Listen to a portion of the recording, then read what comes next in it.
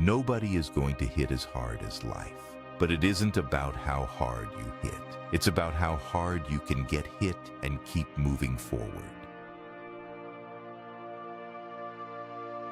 You are not watching this from a place of ease. You are watching this because something in you is still moving, still grinding forward.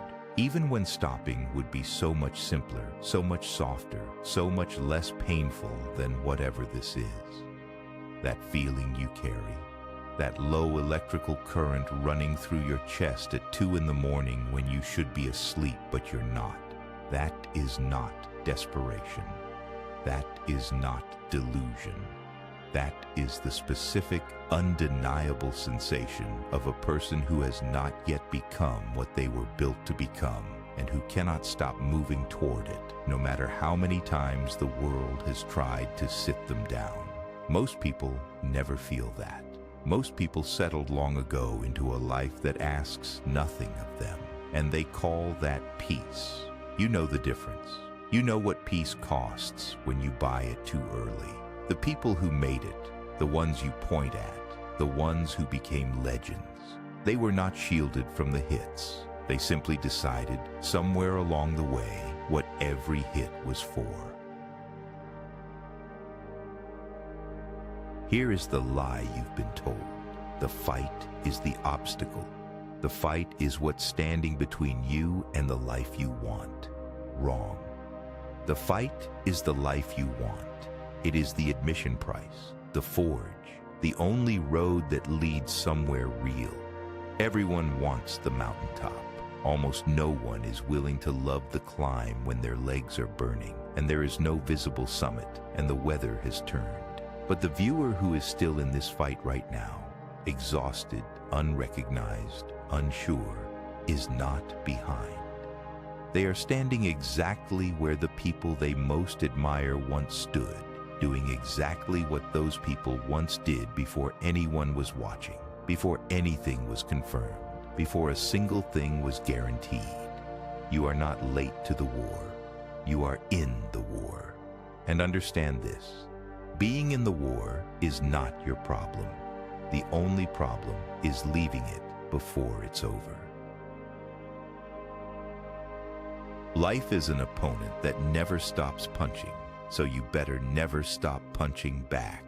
Sit with that for a moment, not as motivation, as a law.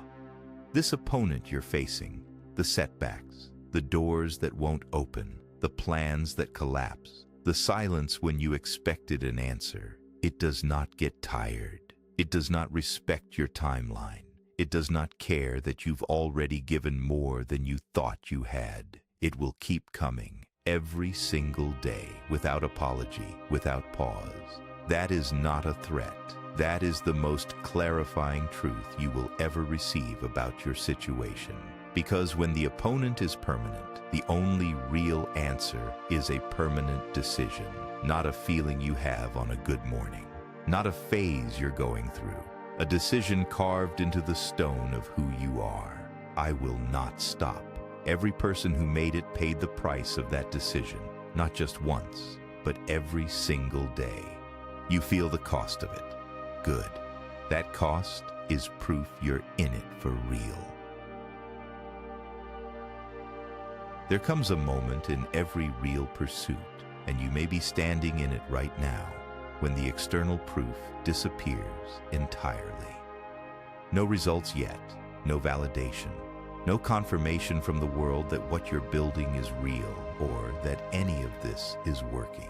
Just you and the work and the stubborn, impossible fact that you're still here. Most people quit at this exact moment, not because they're weak, not because they didn't want it enough, but because silence is the most brutal thing a human being can endure when they have given everything they have and the world hasn't answered yet. But hear this. The silence is not an answer. The silence is a test, the specific test that separates the ones who make it from the ones who almost did. Keeping your hands moving in the dark, building in the absence of applause, trusting what you know inside when nothing outside confirms it. That is not blind faith.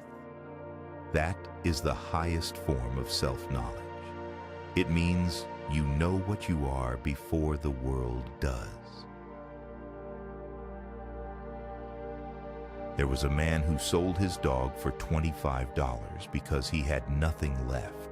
Not almost nothing, not close to nothing, literally nothing. He did it to survive.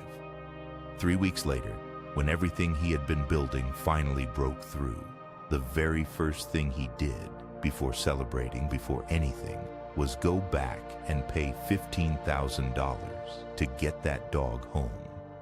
Not as a gesture, not as a story to tell, because he had made a decision about what he would not abandon in the process of becoming who he was. That is what commitment looks like at its most elemental and most honest. The world has been telling you to put something down. Your dream, your project, your belief, the specific thing you've been protecting that doesn't make sense to anyone around you. They're not wrong to worry, but you are not wrong to refuse. What you're carrying is yours, and the cost of carrying it, the weight of it, is exactly what makes it worth everything. The world has been handing you verdicts your whole life about your background, your timing, your face, your voice, your odds. It handed them out early, and it handed them out confidently, as if it knew.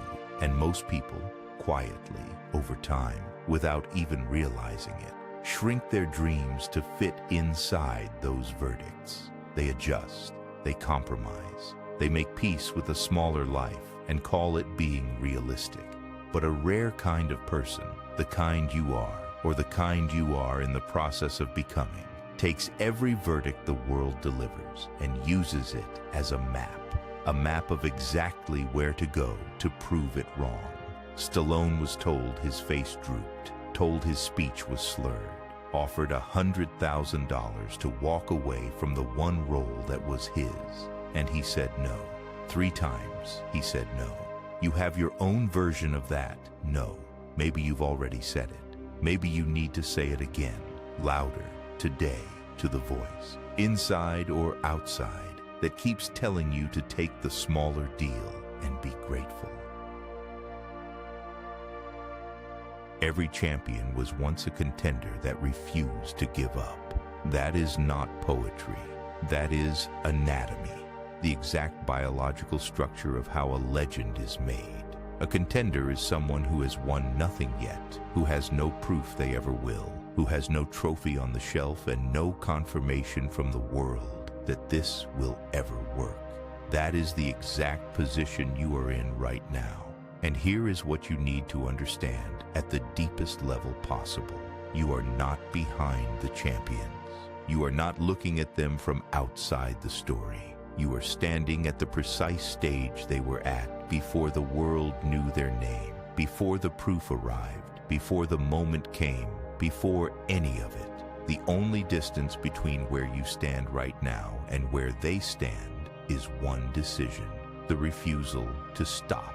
That refusal is available to you right now, in this exact moment. Make it. There will come a moment, it may have already come, when someone puts something in front of you that looks like everything you've been working for. Almost the right terms, almost the right deal, almost. Everyone around you will say, take it. The money without the soul.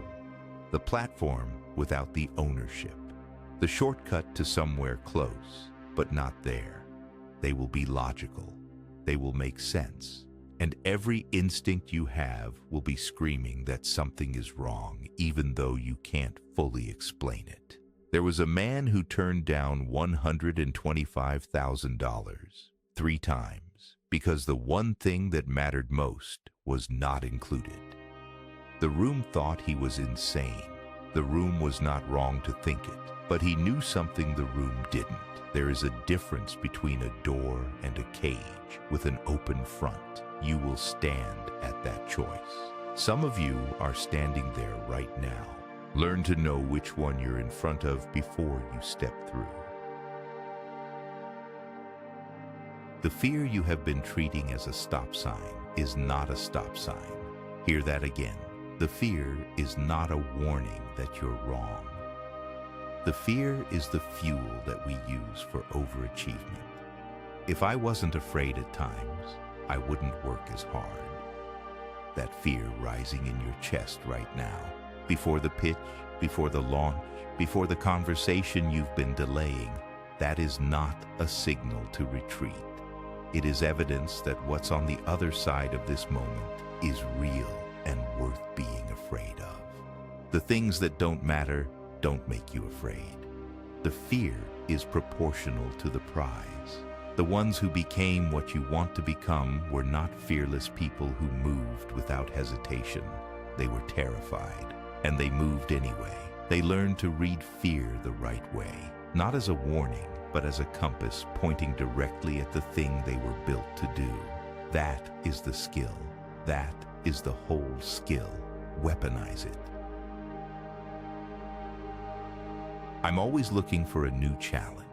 There are a lot of mountains to climb out there. When I run out of mountains, I'll build a new one. Do not mistake that for ambition. That is identity. That is someone telling you who they are at the level that cannot be changed.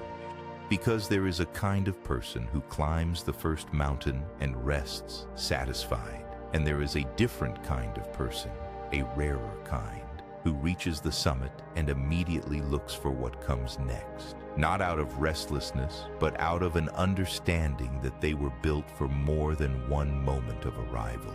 You are the second kind. You already know this about yourself because you are still watching, still hungry, still unsatisfied with where you are, even when where you are is more than where you started. You are not someone who will be completed by a single win. You are a builder of things that do not yet exist. That is not a burden. That is the rarest gift a person can carry. No abstraction now. Right now, today, in the exact room you're sitting in. What have you been protecting for months, maybe years, that the world told you to let go of? What have you been building in the silence, without applause, without a single person who fully understands the specific shape of what you're carrying? Whatever that thing is, that vision, that project, that refusal, that quiet, stubborn belief in something no one else can yet see. It is not delusion. It is the most important signal in your life. Because delusions fade. They stop pulling. They get easier to abandon. But this thing you're protecting keeps pulling you back, keeps waking you up, keeps refusing to let you settle. The version of you that exists on the other side of not quitting is not a fantasy. That person is real. That person is fully formed. That person is already waiting, not patiently, not passively, waiting with impatience, waiting with urgency, waiting for you to close the distance. This is not inspiration. This is the plain truth, stated plainly. The people who made it, the ones you admire, the ones you use as proof that it's possible, they were not more talented than you. They did not have better starting positions or cleaner paths or less opposition. They were not protected from the setbacks that you have faced. They had one thing, one single solitary thing that separated them from the ones who didn't make it.